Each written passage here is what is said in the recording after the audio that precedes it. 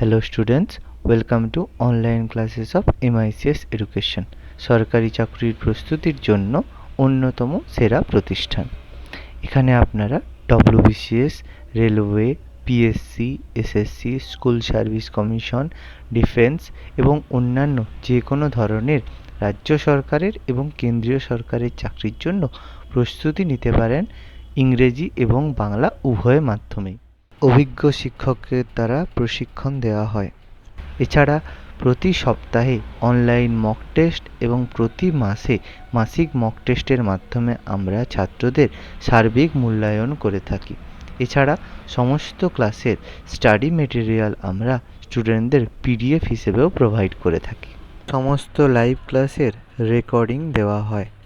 তাহলে আজকেই যোগাযোগ করুন আমাদের সাথে নিচে দেওয়া নাম্বারগুলিতে এবং সরকারি চাকরির প্রস্তুতির জন্য নিজেকে আরেক ধাপ এগিয়ে নিয়ে যান।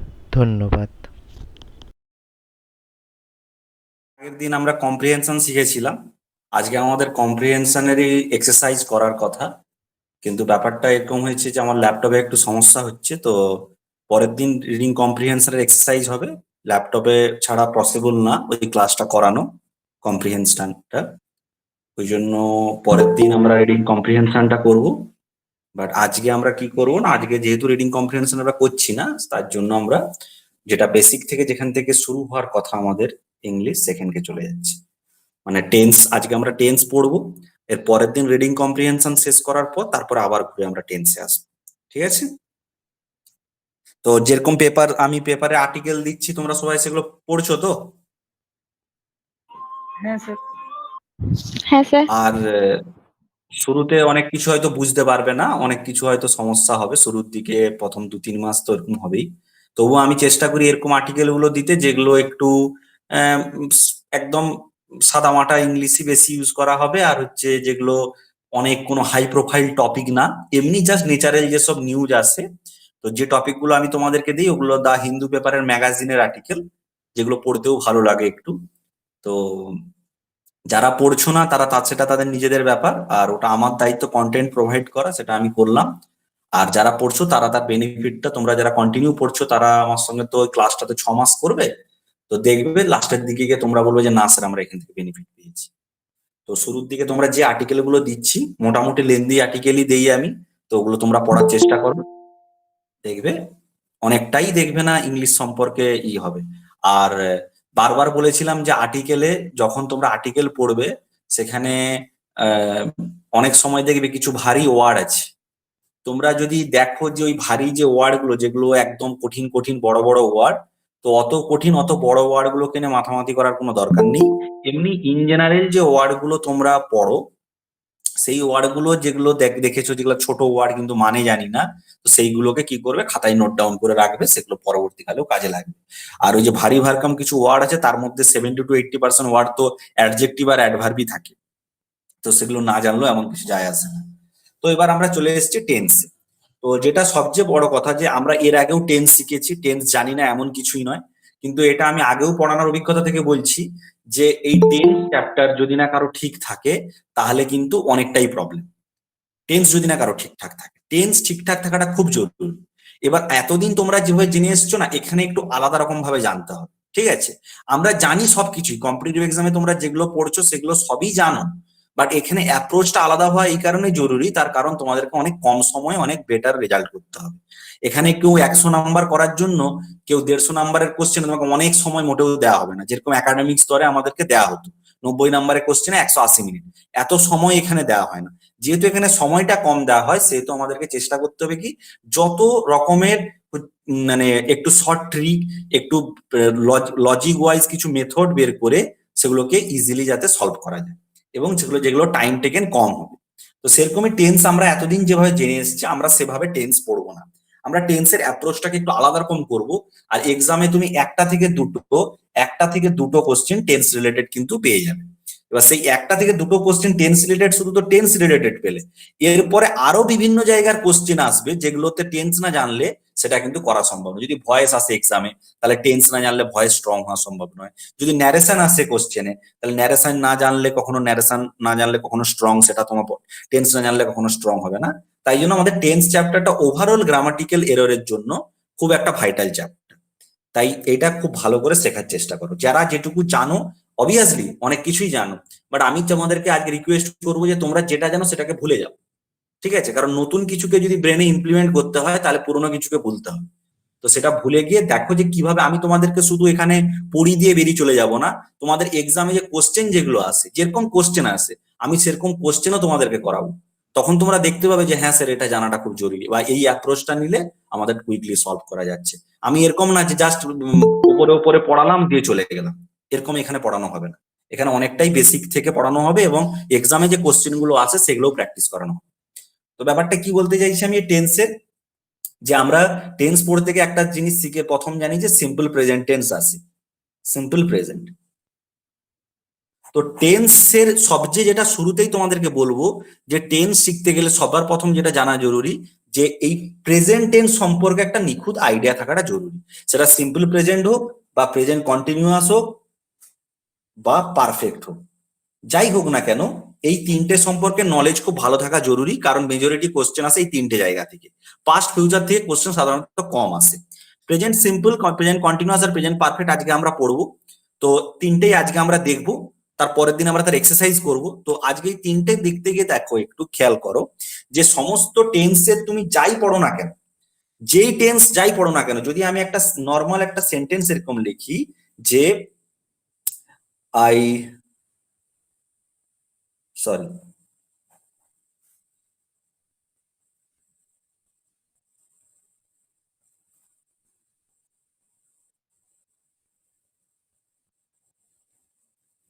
তো আমি একটা সিম্পল সেন্টেন্স লিখলাম, এটার মধ্যে আমি জানি না, এটা এখন আমি ভুলেই যাও যে এটা কি টেন্সে আছে, কি করতে বলছে। আমি জাস্ট যেটা বলছি মন দিয়ে শুনো। যে ব্যাপারটা আমি এটা বলতে চাইছি যে যে কোনো একটা টেন্স যখন গঠন হয় তখন তাতে একটা সাবজেক্ট থাকে, একটা ভার্ব থাকে, আর একটা অবজেক্ট থাকে। তাহলে স্যার এটা কি না, এটাকে আমরা কি বলি, এটাকে আমরা হেল্পিং ভার্ব বলি। তাহলে ভার্ব মেনলি একটা সেন্টেন্স তৈরি হয় subject plus verb plus object দিয়ে। এবার এই ভার্বের জায়গাতে কখনো কখনো হেল্পিং ভার্ব প্লাস ভার্ব থাকবে, আরেকটা কি থাকবে, আরেকটা জায়গায় শুধু ভার্ব থাকবে। এটা একটা কন্ডিশন, এটা একটা কন্ডিশন। যে যখন আমরা কোনো সেন্টেন্স তৈরি করি তখন তার ফরমেশন হচ্ছে subject plus verb plus object. সেই ভার্বের জায়গাটাতে কখনো হেল্পিং ভার্ব প্লাস ভার্ব থাকবে, কখনো এমনি ভার্ব ভার্ব থাকবে। সেটা আমরা করতে গিয়ে দেখবো কিটা কি হচ্ছে। তবে একটা জিনিস যেটা বেসিক এখানে ক্লিয়ার করার জন্য এত কথা বলা, সেটা হচ্ছে এটাই যে যে কোনো সেন্টেন্সের আমাদের শিখতে হবে সেটাকে ইন্টারোগেটিভ কিভাবে করতে হয়, সেটাকে নেগেটিভ কিভাবে করতে হয়। যে কোনো সেন্টেন্সের আমাদেরকে শিখতে হবে যে সেটাকে কিভাবে ইন্টারোগেটিভ করতে হয় আর সেটাকে কিভাবে নেগেটিভ করতে হয়। এই দুটো জিনিস প্রত্যেকটা সেন্টেন্সের শেখাটা খুবই জরুরি, ঠিক আছে? এই এই এই দুটো জিনিস শেখাটা খুব জরুরি প্রত্যেকটা সেন্টেন্সের জন্য, সেটা প্রেজেন্ট ইনডিফিনাইট হোক, কন্টিনিউয়াস হোক, পারফেক্ট হোক, বা যে কোনো টেন্স হোক। তো সেইটা শিখতে গেলে যেটা জরুরি, যেটা বেসিক তোমাদের জানতে হবে, যে যে কোনো জায়গায় যখন থাকবে, সব জায়গায় জন্য আজকে যেটা শিখবো আমরা সেটা ইউনিভার্সাল ট্রুথ।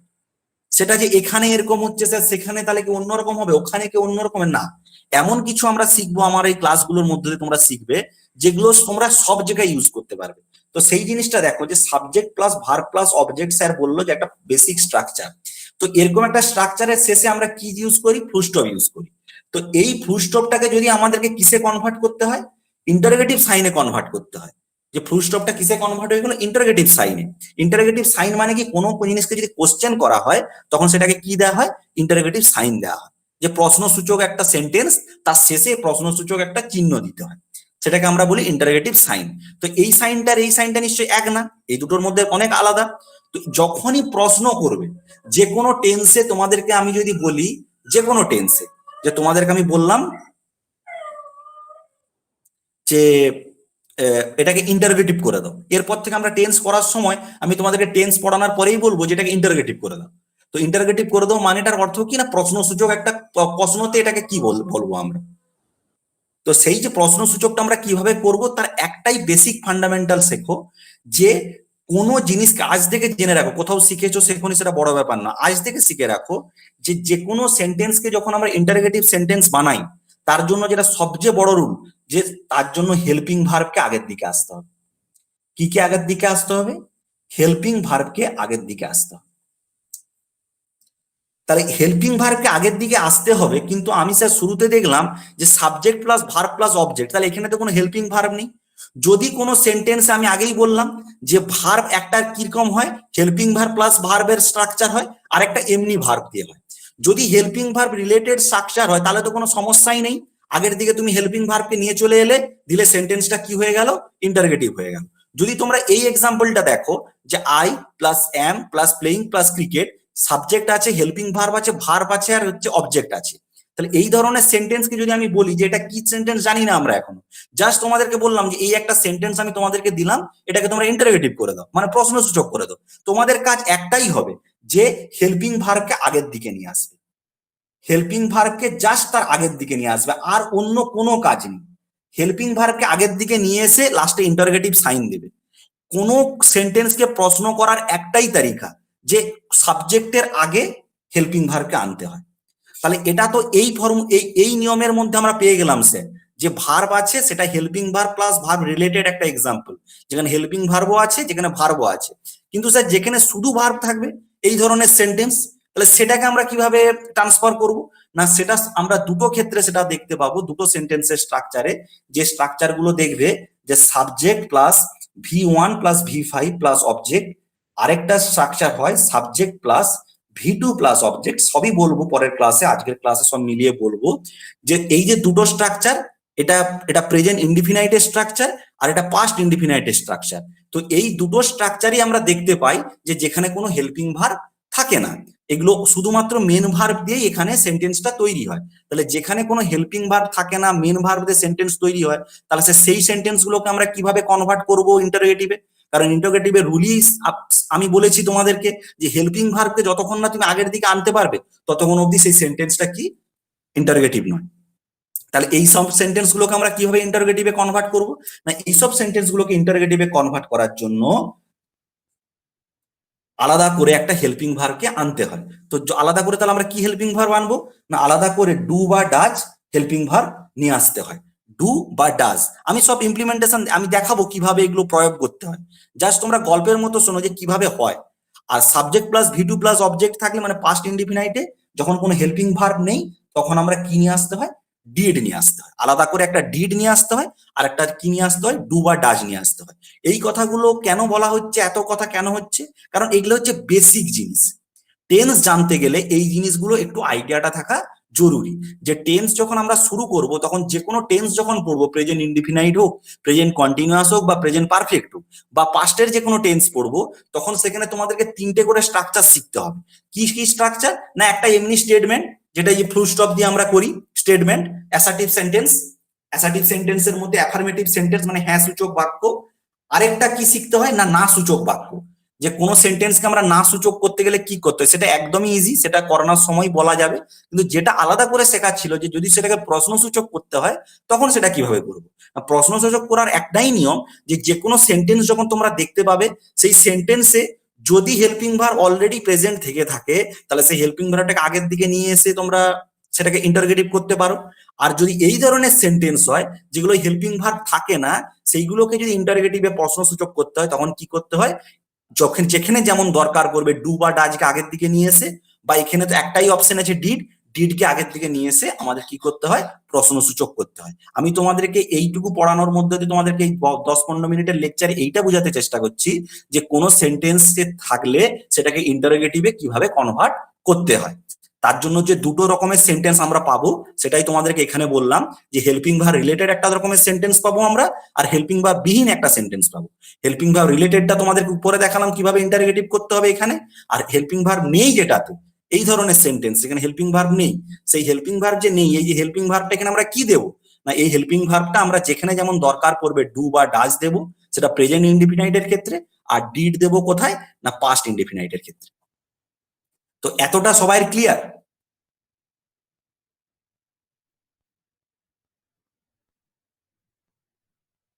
সবাই শুনতে পাচ্ছ তো আমাকে? হ্যাঁ স্যার। যতটা বললাম এটা ক্লিয়ার তো? হ্যাঁ স্যার। দেখো, শেখার দায়িত্ব তোমাদের, শেখানোর দায়িত্ব আমার। তো যেখানে বুঝতে পারবে না সেখানে সঙ্গে সঙ্গে বলবে, সেই জায়গাটা বলুন। লোক কি ভাবলো, অন্য স্টুডেন্টরা কি ভাববে, এত বেসিকটা আমি জানি না, এসব যদি করো তাহলে কিন্তু এখানে ফেঁসে যাবে। কারণ এটা তোমরা ভালো করে জানো যে ইংলিশ হোক বা জেনারেল, এই যে আমাদের যেগুলো তোমরা সাবজেক্ট গুলো পড়ছো, এই সাবজেক্ট গুলো থেকে তোমরা বিভিন্ন রকম একাডেমিক স্তরে পড়তে গিয়ে অনেক দিন হয়তো এই সাবজেক্ট গুলো থেকে দূরে সরে গেছো। সেই দূরে সরে যাওয়ার জন্য এগুলো কোনো রকেট সায়েন্স নয়, এগুলো একদম সিম্পল ব্যাপার। সেগুলো মানুষ যেটা থেকে দূরে সরে যায় সেটা মানুষের হচ্ছে ভুলতে থাকে। তো সেগুলো থেকে হয়তো ভুলে গেছো অনেক কিছু। তো সেগুলো তোমাদেরকে আমি ফ্রিডম দিচ্ছি, তোমরা জিজ্ঞেস করে নেবে যে এ কি ভাববে, ও কি ভাববে। এত বেসিক জিনিস আমি জিজ্ঞেস করছি, স্যার কি ভাববে। ওসব ভাবাভাবির এখানে কোনো গল্প নেই। যেটা শিখতে এসছো সেটা তোমাকে শিখতে হবে, যারা শেখাচ্ছে তোমাদের তাদের কাছ থেকে জেনে নিতে হবে। তো এবার আমরা শুরু করব সিম্পল প্রেজেন্ট। আমরা আগের যে 10-15 মিনিটের লেকচারটা কিভাবে এখানে হেল্প করে দেখো, সেটা যে সিম্পল প্রেজেন্টের স্ট্রাকচার হচ্ছে যে সাবজেক্ট প্লাস V1 আর V5 প্লাস অবজেক্ট। এবার বলবে স্যার এই যে V1 V5টা কি, V1 V5 এসব লিখছেন কেন? না, ভার ক রকমের হয়? ভার V1 V2 V3 V4 V5। তোমরা একাডেমিক স্তরে কোথাও পড়েছো যে আমরা কি বলি না, কোন একটা ভার্বকে প্রেজেন্ট পাস্ট পাস্ট পার্টিসিপল, এতটা অবধি জানতাম। সেই প্রেজেন্ট পাস্ট পাস্ট পার্টিসিপল বলতে V1 V2 V3 এটাকে বলি প্রেজেন্ট, এটাকে বলবো পাস্ট, এটা হচ্ছে পাস্ট পার্টিসিপল। তাহলে V4 V5 কি না, যখন ভার্বের সাথে আমরা আইএনজি যোগ করি কন্টিনিউয়াস টেন্সে, প্লেইং, কামিং, ঠিক আছে, যখন ভার্বের সাথে আমরা আইএনজি যোগ করে দিই তখন আমরা সেটা কি হয়ে যায়, সেটাকে আমরা V4 বলে ডাকবো আজ থেকে। আর ভার্বের সাথে যখন আমরা কি করব না এস এস লাগিয়ে দিই, যখন ভার্বের সাথে প্লেসটাকে কি করে দিলাম, প্লেস করে দিলাম। রানটাকে কি করলাম, রানস করে দিলাম। এই যে ভার্বের সাথে এস লাগিয়ে দেওয়াটা, এটাকে আমরা কি নামে ডাকবো, V5 বলে ডাকবো।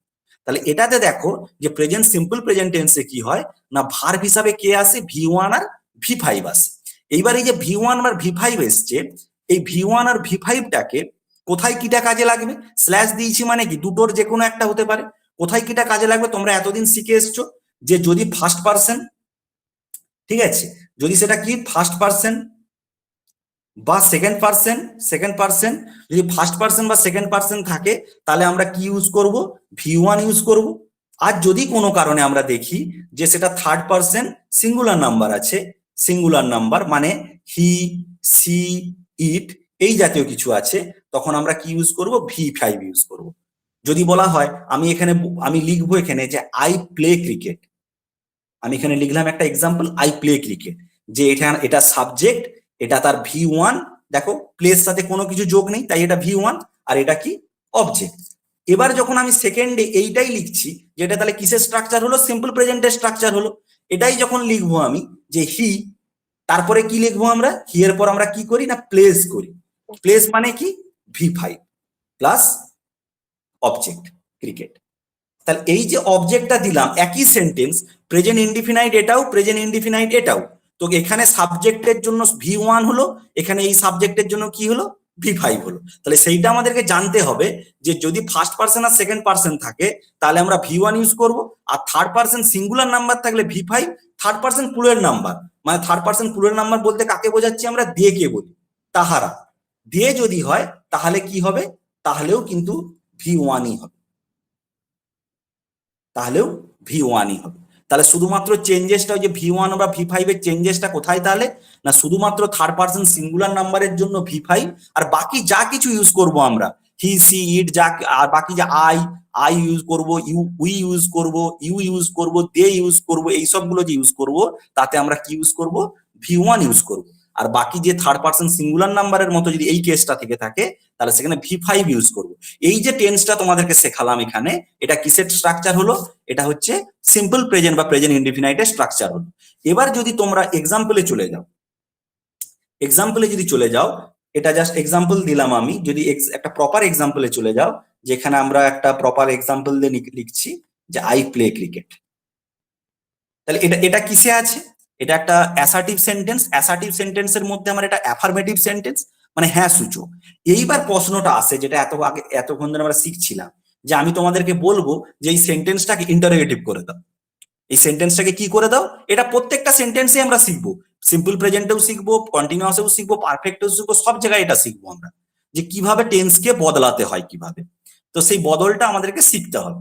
তো এই যে লেখা আছে আই প্লে ক্রিকেট, তাহলে যখনই তোমরা এরকম কোনো স্ট্রাকচার দেখবে যে সাবজেক্ট আছে, ভার্ব আছে, অবজেক্ট আছে, মানে এখানে কোনো হেল্পিং ভার্ব নেই, তাহলে যদি হেল্পিং ভার্ব না থাকে এবং সেটা যদি প্রেজেন্ট টেন্স হয়, কি টেন্স হয়, প্রেজেন্ট টেন্স হয়, যেটা স্যার প্রেজেন্ট টেন্স কিন্তু এতে কোনো হেল্পিং ভার্ব নেই, তাহলে সেটা কি টেন্স হিসেবে গণ্য হয় না, প্রেজেন্ট ইনডিফিনাইট টেন্স।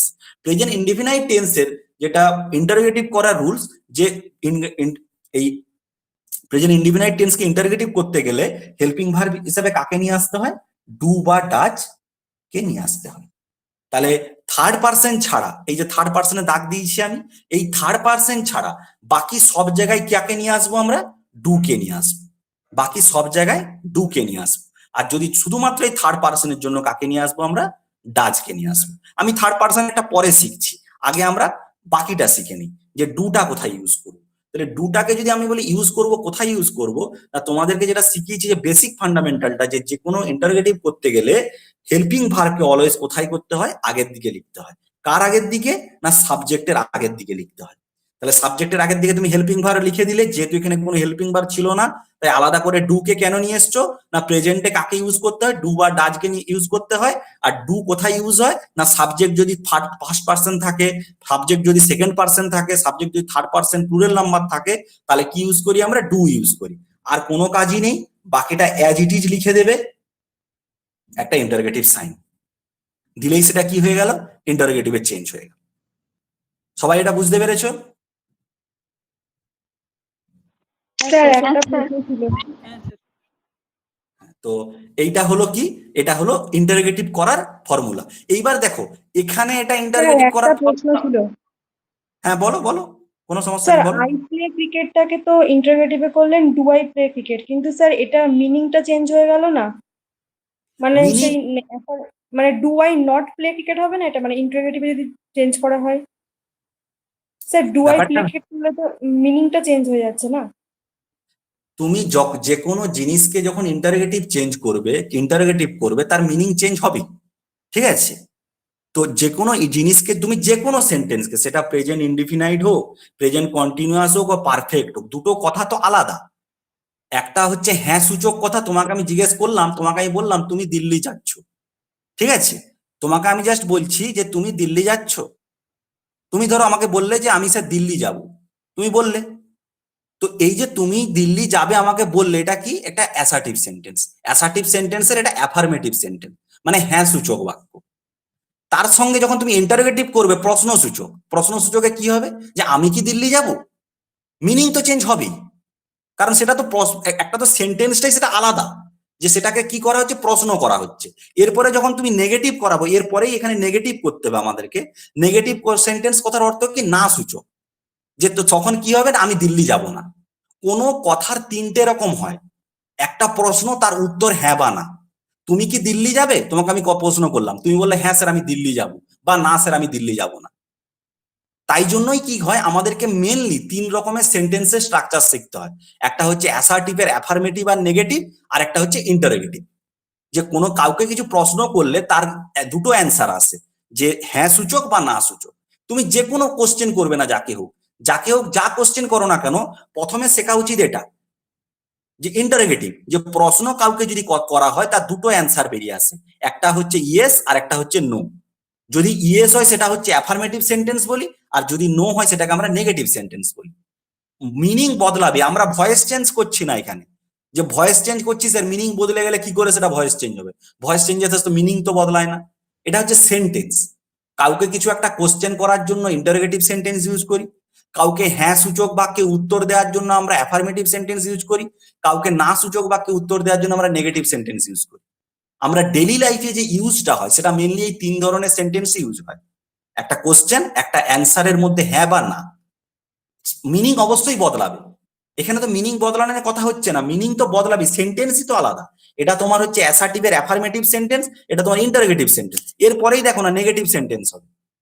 এরপরেই যদি আমরা নেগেটিভ সেন্টেন্স করি, প্রত্যেকটা সেন্টেন্সের আমরা দু তিনটে করে স্ট্রাকচার শিখবো টেন্সের, যে নেগেটিভ সেন্টেন্স কিভাবে করতে হয়। যে আই প্লে ক্রিকেট, যে কোনো নেগেটিভ সেন্টেন্সে নেগেটিভ কথার অর্থ না, নাকে আমরা কি দিয়ে প্রকাশ করি? নট দিয়ে প্রকাশ করি। নট, নট মানে হচ্ছে না। তাহলে এই যে নটটাকে সেন্টেন্সের মধ্যে ইনক্লুড করলেই সেটা কি হয়ে যাবে? নেগেটিভ সেন্টেন্স হয়ে যাবে। কিন্তু নেগেটিভ সেন্টেন্স করার একটা নিয়ম আছে, যে নেগেটিভ সেন্টেন্স তুমি করতে পারো, ইন্টারোগেটিভ সেন্টেন্স তুমি করতে পারো একটা সেন্টেন্সকে, কিন্তু নেগেটিভ করো আর ইন্টারোগেটিভ করো, তার জন্য হেল্পিং ভার্ব লাগবেই লাগবে। Helping verb mandatory, helping verb তোমাকে ইউজ করতেই হবে। উইদাউট হেল্পিং ভার্ব কখনো নট ইউজ হয় না, উইদাউট হেল্পিং ভার্ব কখনো ইন্টারোগেটিভ হয় না। তাহলে ইন্টারোগেটিভে আমরা ডু কে ইউজ করেছি ইন্টারোগেটিভ করার জন্য। এবার নেগেটিভ করার জন্য আমরা কি করব? এই নেগেটিভ করার জন্য আমরা এই হেল্পিং ভার্বটা কাকে ইউজ করব না, যে আয়ের জন্য ডু এসছিল ওই ডুই আসবে, তার সাথে কি আসবে? নট আসবে। কারণ হচ্ছে নট কখনো একা আসতে পারে না, তাকে হেল্পিং ভার্ব দিতেই হবে। উইদাউট হেল্পিং ভার্ব নট কখনো ইউজ হয় না। তাহলে I do not play cricket, তাহলে এটা কি সেন্টেন্স হয়ে গেল? এটা নেগেটিভ সেন্টেন্স হয়ে গেল। তাহলে এই সেন্টেন্স আর মিনিং আর এই সেন্টেন্স আর মিনিং কি কখনো এক হবে? I play cricket, I do not play cricket. তাহলে কোশ্চেন যদি কাউকে করা হয়, কোশ্চেন আমি যদি এখানে আইটার জায়গায় ইউ করে দিই, তুমি কি ক্রিকেট খেলছো, তখন কেউ যদি ক্রিকেট খেলে থাকে সে বলবে yes sir I play cricket. যদি সে না খেলে থাকে তখন সে বলবে no sir I don't play cricket. এটা হচ্ছে ডেইলি লাইফের ইংলিশ, তাই জন্যই টেন্স এত জরুরি। আর টেন্সের শিখার সময় সেন্টেন্সের এই তিনটা স্ট্রাকচার মেনলি জরুরি, যে অ্যাফার্মেটিভ, নেগেটিভ আর ইন্টারোগেটিভ। প্রত্যেকের ক্লিয়ার কিভাবে নেগেটিভ করতে হয়? যে কোনো জায়গায়, যে কোনো জায়গায় আজকে যেটা আমরা শিখলাম, এরপরে আমরা তো প্রেজেন্ট কন্টিনিউয়াস টেন্স করবো, সেখানে তোমরা নিজেরা করবে। যে কোনো জায়গায় ইন্টারোগেটিভ করার সময় আমাকে হেল্পিং ভার্বকে আগের দিকে নিয়ে আসতে হবে, আর নেগেটিভ করার সময় ডু এর সাথে মানে হেল্পিং ভার্বের সাথে নটকে ইউজ করতে হবে, দিলেই সেটা নেগেটিভ সেন্টেন্স হয়ে যাবে। এটা যে কোনো সময় একটা সেন্টেন্সের ইন্টারোগেটিভ আর নেগেটিভ করার প্রক্রিয়া।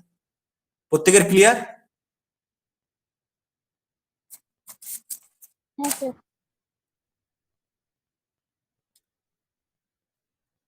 এবার আমরা কি শিখলাম?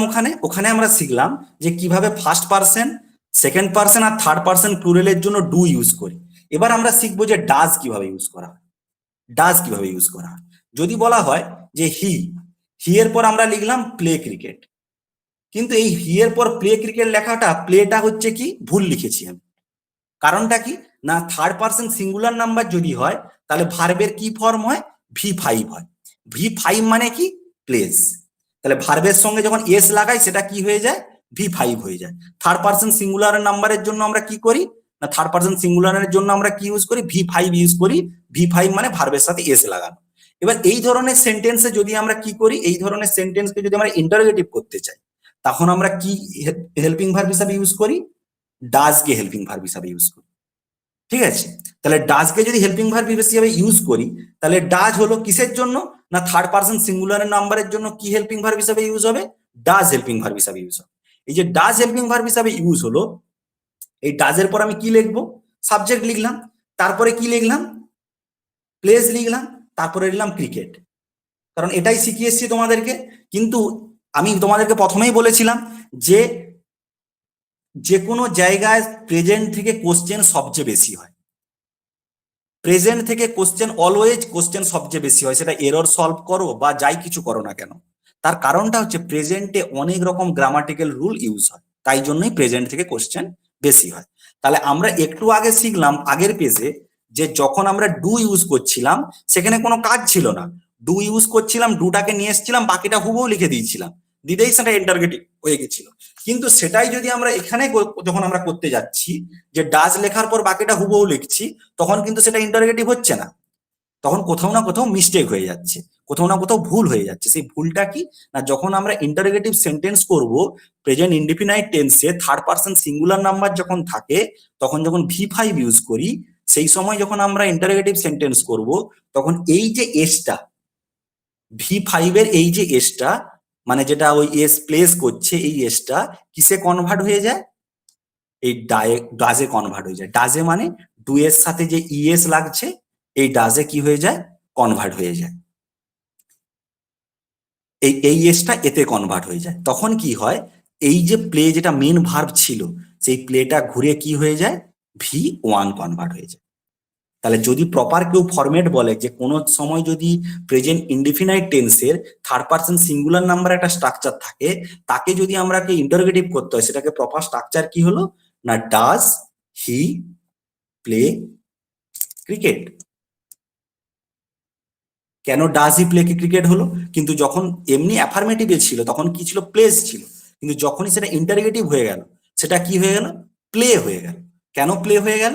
ওই প্লেজের যে এসটা সেটা কোথায় চলে গেল? এই ডু ভার্বের সাথে লেগে ডাজে কনভার্ট করেছে।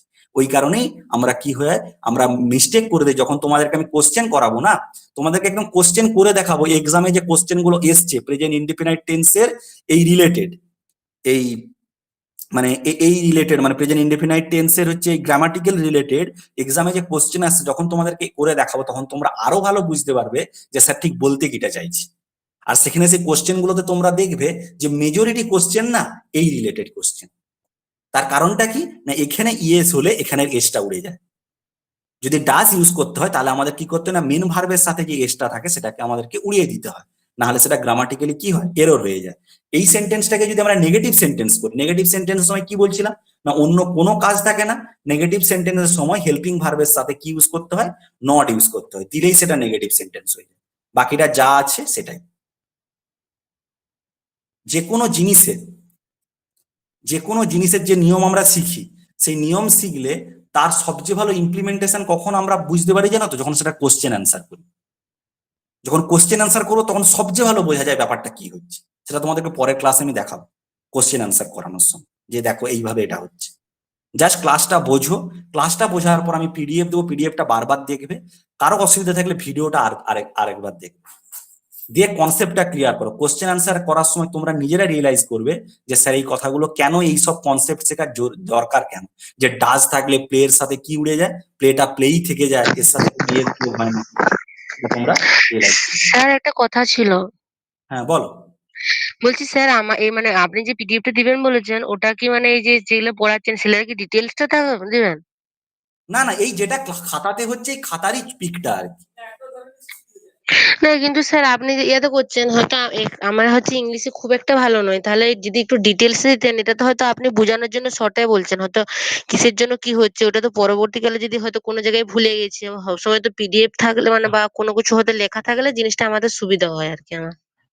ঠিক আছে, তোমরা চাইছো যে নোটস আকারে আর কি। তো হ্যাঁ হ্যাঁ। নোটস, এবার ব্যাপারটা বলি যে নোটসটা দেখো একটা জিনিস কি হয় জানো তো, তোমরা অনেকে হয়তো তোমাদের মধ্যে যারা আছো অনেকে কম্পিটিটিভে পড়েছো, কেউ হয়তো পড়োনি, এটাই তার ফার্স্ট ক্লাস। তো অনেক রকমের স্টুডেন্ট মিশিয়ে থাকে এখানে। তো হুম। আমি যেটা মানে আমার প্রত্যেকটা কম্পিটিটিভের টিচারদের ধরন আলাদা আলাদা হয়। সেই ধরন আলাদা আলাদা কি আমি আমি আমার রিসার্চে দেখেছি যে নোটস বানালে বানানো যায়, ওটা বড় ব্যাপার নয়।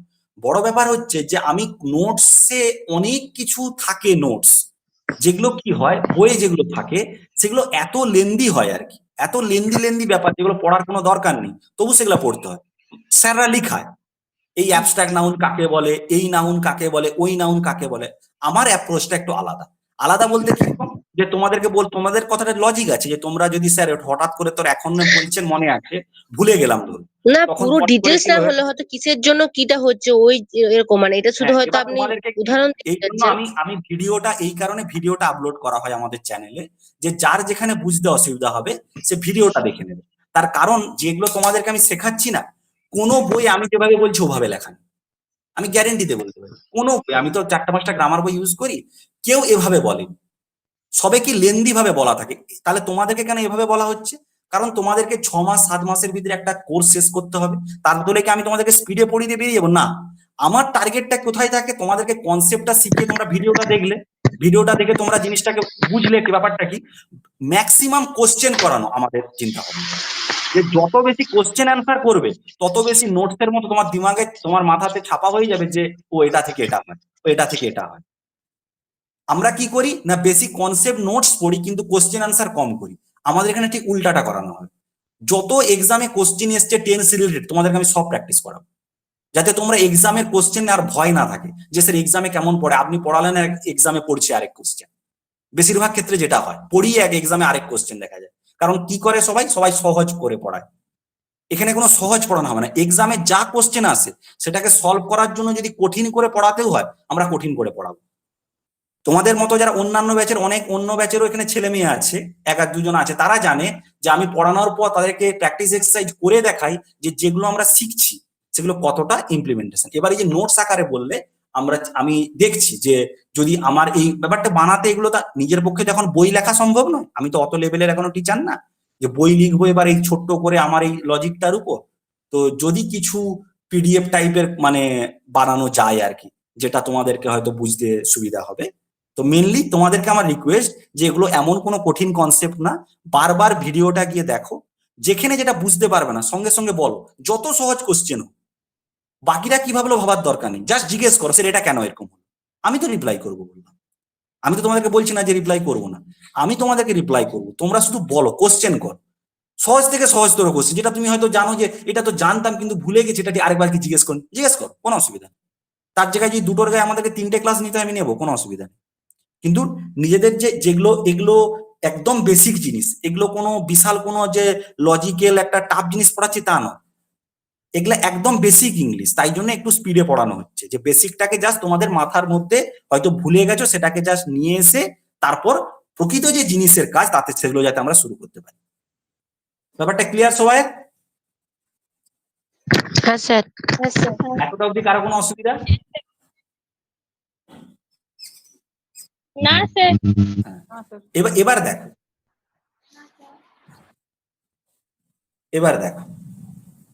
এবার আমরা কি করব না, এবার আমরা কন্টিনিউয়াস টেন্স শুরু করব। ঠিক আছে,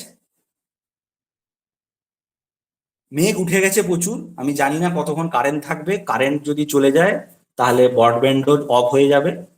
তো আপাতত এখনো তো অব্দি কারেন্ট আছে, তো তাই জন্যই আমি বলছি কথাটা, কন্টিনিউয়াসটা শুরু করছি। যে কন্টিনিউয়াস টেন্সের স্ট্রাকচার হচ্ছে, আমরা প্রেজেন্ট সিম্পলের স্ট্রাকচার কি পেয়েছিলাম, subject plus V1 V5 plus object, এটা প্রেজেন্ট সিম্পলের স্ট্রাকচার পেয়েছিলাম।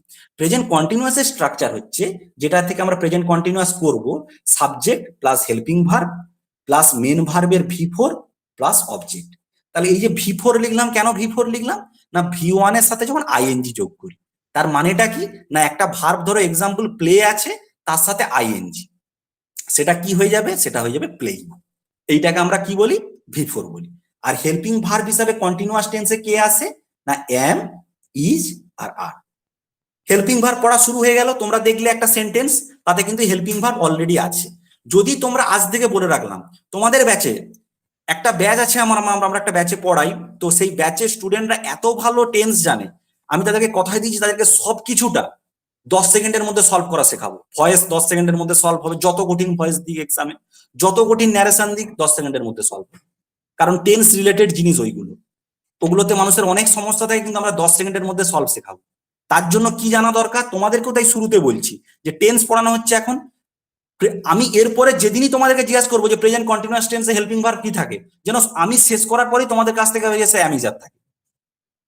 হেল্পিং ভার্ব সম্পর্কে খুব ভালো নলেজ তৈরি করো, আজ থেকে হেল্পিং ভার্ব শুরু হয়ে গেল, যে হেল্পিং ভার্ব হিসেবে কারা থাকে না, অ্যামিজার থাকে। এবার যদি একটা প্রপার আমি সেন্টেন্সের স্ট্রাকচার লিখি, যে হি ইজ প্লেইং ক্রিকেট, তাহলে এটা একটা সেন্টেন্স। যখনই তোমরা দেখলে যে ইজ আছে হেল্পিং ভার্বের মধ্যে, অ্যামিজারের মধ্যে এখানে ইজটা এসছে, ইজ আছে আর ভার্বের কি আছে, V4 ফর্ম আছে, তাহলে সঙ্গে সঙ্গে তোমরা কোনো জায়গায় যদি এই ধরনের কোনো সেন্টেন্স দেখতে পাও, তাহলে সঙ্গে সঙ্গে তোমাদের মাথায় কি স্টাক করবে, যে সঙ্গে সঙ্গে তোমাদের মাথায় এটা স্টাক করবে যে এটা তাহলে প্রেজেন্ট কন্টিনিউয়াস টেন্স। প্রথমে কোনো একটা টেন্সকে দেখে তোমাদেরকে আইডেন্টিফাই করতে হবে এটা কি টেন্স। যদি না আইডেন্টিফাই করতে পারো, তাহলে কিন্তু তোমরা কিছুই সলভ করতে পারবে না, না ভয়েস কি ন্যারেশন না এরর, কিছুই সলভ করতে পারবে না। তোমাদেরকে সবসময় টেন্সটাকে দেখে আইডেন্টিফাই করতে হবে এটা কি টেন্স। তোমরা যদি কোথাও দেখো যে সাবজেক্টের পর ডাইরেক্ট কি আছে, সাবজেক্টের পর ডাইরেক্ট ভার্ব আছে, তারপরে অবজেক্ট আছে, তাহলে তোমাদেরকে ভেবে নিতে হবে এটা কি আছে, এটা প্রেজেন্ট ইনডিফিনাইট টেন্সে আছে। সাবজেক্টের পর যদি ইজ হেল্পিং ভাবে এসে, তোমাদেরকে সঙ্গে সঙ্গে কি ভাবতে হবে, এটা প্রেজেন্ট কন্টিনিউয়াস টেন্সে আছে। তাহলে এই যে প্রেজেন্ট কন্টিনিউয়াস টেন্সে আছে, তোমাদেরকে তাহলে এটা বারবার এই স্ট্রাকচারটা দেখে তোমাদেরকে প্র্যাকটিস করতে হবে, যে প্রেজেন্ট কন্টিনিউয়াস স্ট্রাকচার এইটা। কোথাও যদি হেল্পিং ভার্ব অ্যামিজার থেকে থাকে, সঙ্গে সঙ্গে আমার মাথায় ক্লিক করবে এটা প্রেজেন্ট কন্টিনিউয়াস টেন্স। তোমাদেরকে তো বলেও দিচ্ছি কিভাবে করতে হবে। তো এই নলেজটা এখন থেকে তৈরি করো, তোমাদেরকে একদম ইজিলি সব সলভ করা শেখাবো আমি, একদম নতুন টেকনিকে সলভ করা শেখাবো, যাতে তোমরা 10 সেকেন্ডের মধ্যে একটা কোশ্চেনকে সলভ করতে পারো, ভয়েস বা ন্যারেশনের কোশ্চেন। এইবার ব্যাপারটা হচ্ছে যে যেটা তোমাদেরকে শিখিয়েছিলাম প্রথম 10 মিনিটে, যে কোনো জিনিসকে ইন্টারোগেটিভ করতে গেলে কি করতে হয়, যে কোনো সেন্টেন্সকে ইন্টারোগেটিভ করতে গেলে বা প্রশ্নসূচক করতে গেলে ইজটা প্রথমে আসবে, হেল্পিং ভার্ব হেল্পিং ভার্ব থেকে আগে আনতে হবে। easy playing ইজটা cricket. প্রথমে এসে গেল, আর কোনো কাজ নেই, বাকি আর কোনো কাজ নেই। যে এই কথাটা বললো যে ইজ ডাসের প্রথমে আসবে, সে শিখে গেছে।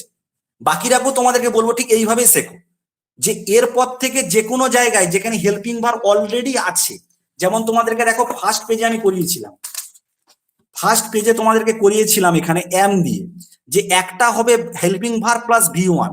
যদি এই রিলেটেড কোনো স্ট্রাকচার পাও হেল্পিং ভার্ব প্লাস ভি1, তাহলে কাজ কি? শুধুমাত্র হেল্পিং ভার্বটাকে আগের দিকে নিয়ে আসা, আর কোনো কাজ নেই, আর জাস্ট কোনো কাজ নেই। দিলেই সেটা কি হয়ে যায়?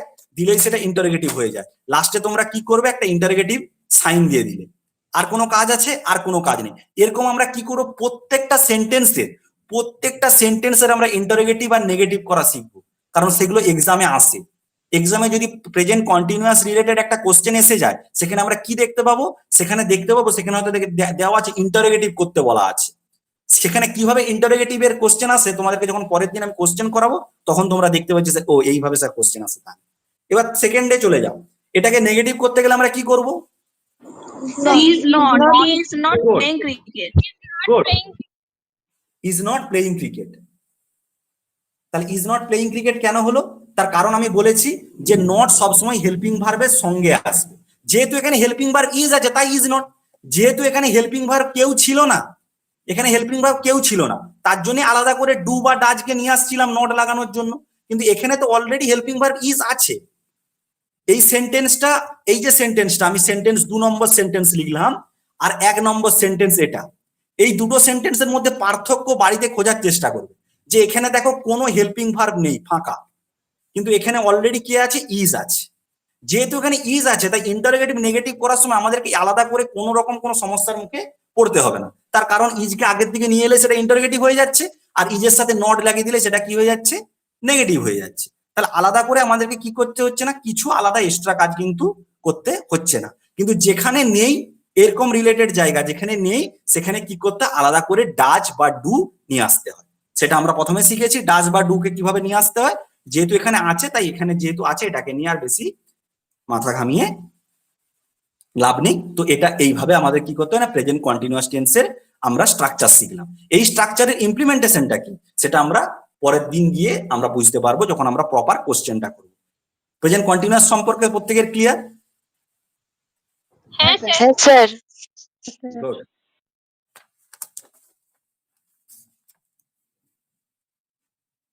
এবার আমরা প্রেজেন্ট পারফেক্ট। এবার অনেকে এই যে টেন্স পড়ানোর সময় যদি কেউ বলে যাইতিছি খাইতিছি, তখন কন্টিনিউয়াস।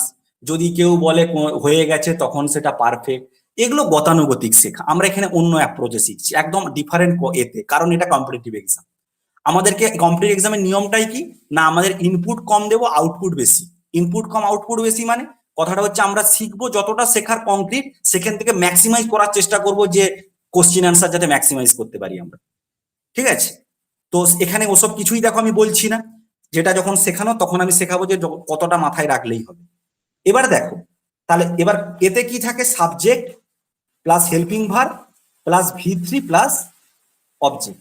তাহলে হেল্পিং ভার্ব আছে, হেল্পিং ভার্ব থাকলে কোনো সমস্যা আছে?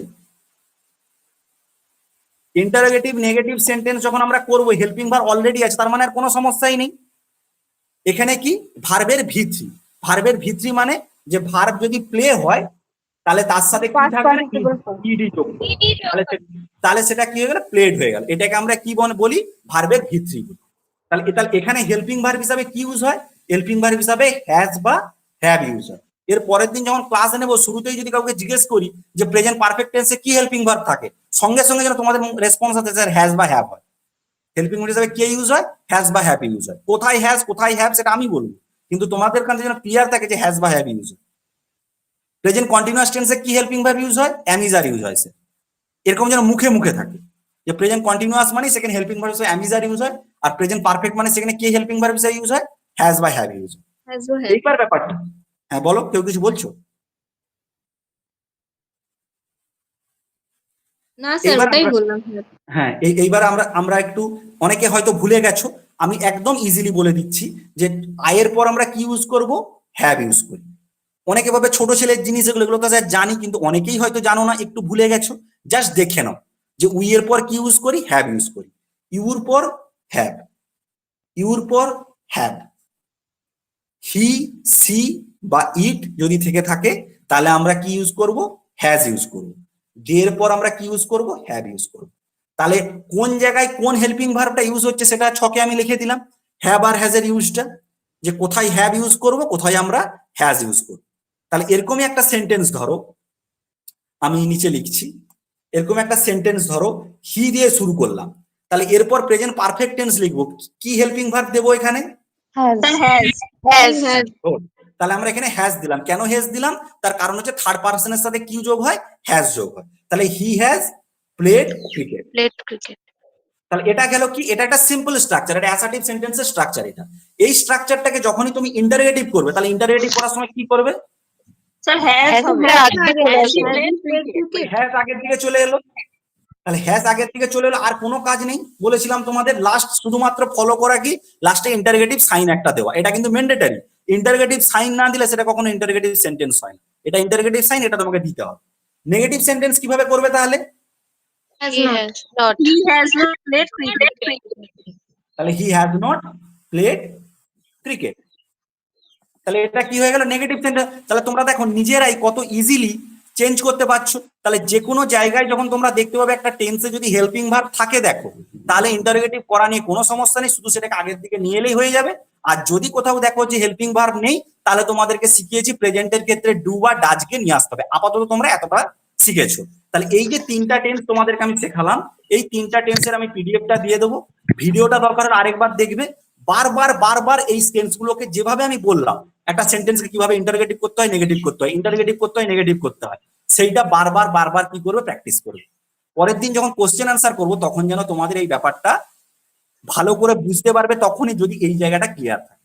পরের দিনের কাজ তোমাদের এটাই, শুধু এই পিডিএফ এর চ্যাপ্টারটাকে বারবার দেখা আর বারবার খাতায় লিখে প্র্যাকটিস করা। কোশ্চেন আনসার করানোর দায়িত্ব আমার, সেখানে বোঝানোর দায়িত্ব আমার, কিন্তু এই বেসিকটা না ক্লিয়ার থাকলে সেটা তোমরা কখনোই কিন্তু স্পিডে করতে পারবে। প্রত্যেকের ক্লিয়ার?